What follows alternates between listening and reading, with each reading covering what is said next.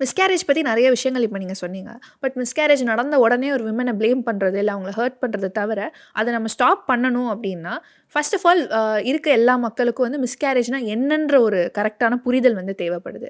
So ஒரு மிஸ்கேரேஜ்னா என்ன? அது எப்ப நடக்கும்? மிஸ்கேரேஜ் கோ த்ரூ பண்ண விமன் கிட்ட என்னலாம் சொல்லக்கூடாதுன்றத கொஞ்சம் சொல்லுங்களேன். மிஸ்கரேஜ் வந்து குரோமோசோமல் இஷ்யூஸ்னால நடந்திருக்கலாம். அதனால ஒரு விமன வந்து நீங்க ஈஸி டார்கெட்டா இருக்காங்கன்னு சொல்லி, அவங்கள வந்து "நீ இதெல்லாம் செஞ்சனால தான், அதெல்லாம் செஞ்சனால தான், நீ டிராவல் பண்ணனால தான், நீ வேலைக்கு போனனால தான், நீ ஸ்வீட் சாப்பிட்டனால தான்" அப்படி இப்படின்னு ப்ளேம் பண்ணவே கூடாது. அது அவங்களுக்கு இன்னும் ஹர்ட்டிங் தான் கொடுக்கும். சிலர் வந்து ஆறுதல் சொல்றேன்னு சொல்லிட்டு, "நடந்ததெல்லாம் நல்லதுக்கு தான். இப்பயே நடந்துருச்சே, ஒண்ணும் பிரச்சனை இல்ல."